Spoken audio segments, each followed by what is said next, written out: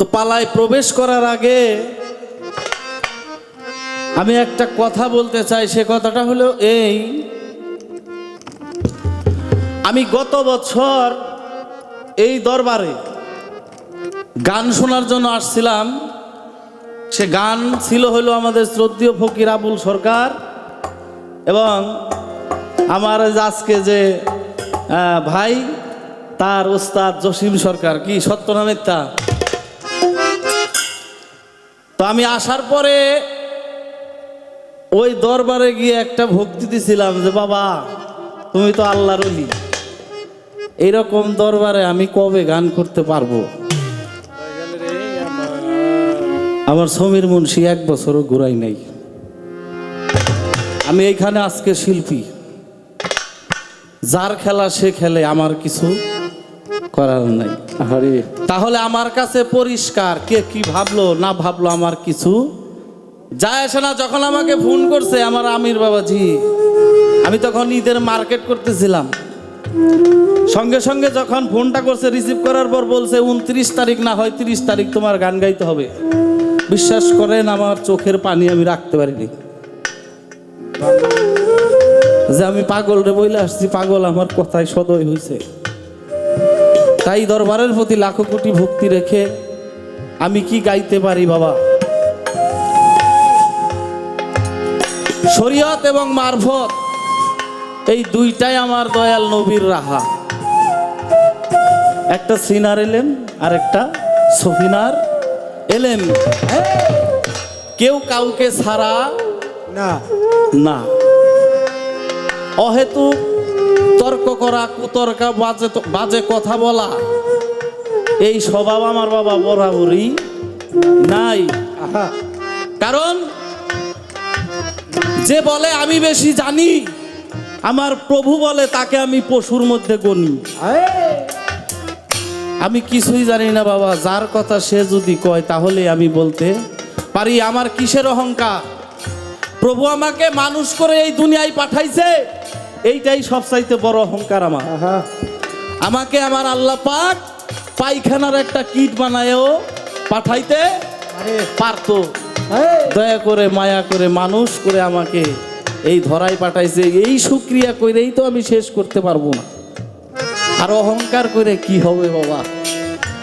তাই আমি আমার দয়ালকে আহ্বান করছি, দয়াল যেন তার গান, তার তত্ত্ব তিনি আমার হৃদ মন্দিরে বসে প্রকাশ করে, আমিও আপনাদের মতো শ্রোতা হয়ে শ্রবণ করে আমার মানব জীবনের একটা সুব্যবস্থা করে নিতে পারি।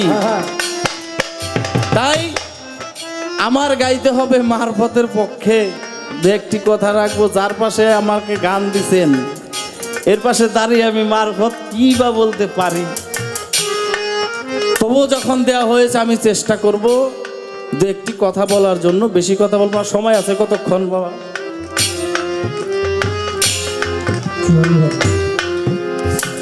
এক মিনিট সময় আছে আজানের, না? তাহলে 1 মিনিটে তো কিছু করা সম্ভব না বাবা। 6 মিনিটেই কি পালা শেষ করা যাইব? আরে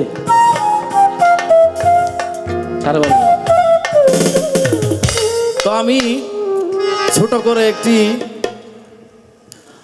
আমার আজকে যিনি শরীয়তের আলেম তাকে আমার মারফতের দেশে একটা দাওয়াত পত্র অন্তত দেই, তারপরে আলোচনায় যদি যা আসে ওইভাবে বলার চেষ্টা করব। ভুল ত্রুটি ক্ষমা করবেন। তাই মান অহংকার সবকিছু ত্যাগ না করা পর্যন্ত সে একজন ভালো মানুষ না। আর এগুলো ত্যাগ না করলে সে, তার শরীয়ত ঠিক নাই, তার মারফত ঠিক নাই, তার কোনো কিছুই ঠিক নাই। তাই মান অহংকার বাদ দিতে হবে। তাই এখানে দাঁড়িয়ে আমি একটি গান করে আগে দাওয়াত করি।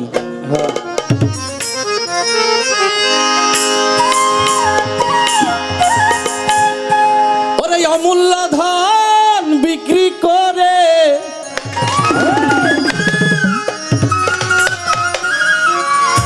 আমার মন বিনামূল্যে পাবি রে আগে,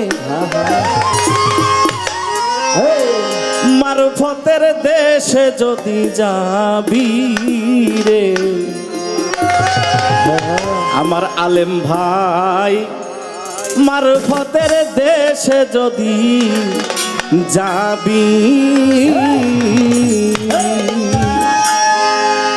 অমূল্য ধন বিক্রি করে, অমূল্য ধন বিক্রি করে বিনামূল্যে পাবি রে আগে। মারফতের দেশে যদি যাবি রে মন, মারফতের দেশে যদি যাবি,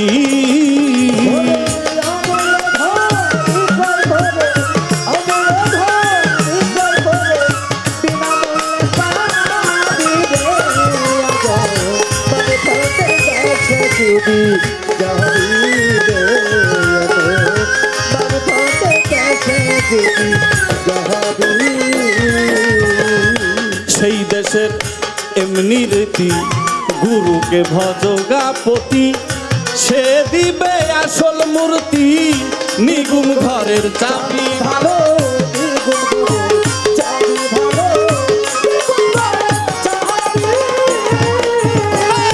ওই দেশের এমনি রীতি গুরুকে ভজগাপতি, সেই দিবে আসল মূর্তি নিগুম ঘরের চাবি রে ভালো।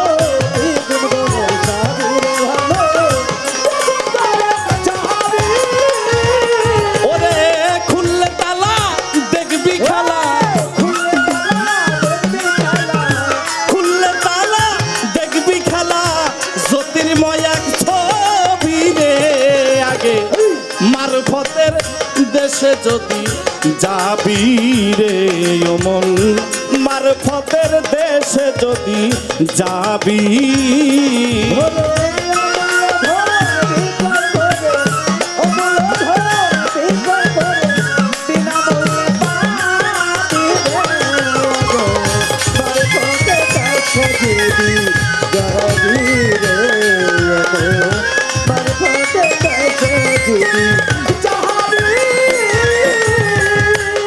আমার মন এই কলবে রূপের খনি, নাই সেখানে দিন রজনী, হরদমে জিকিরের ধ্বনি কানে শুনতে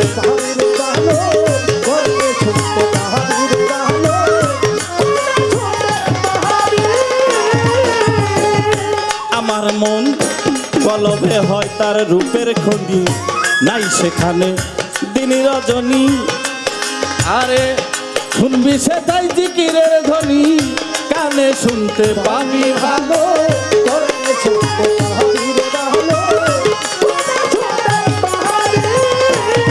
ভোলা মন আকফা নফস জিকির করে, আমার মন আকফা নফস জিকির করে, নূরে ছাপা ফিরে আগে। মারফতের দেশে যদি যাবি রে মন, মারফতের দেশে যদি যাবি,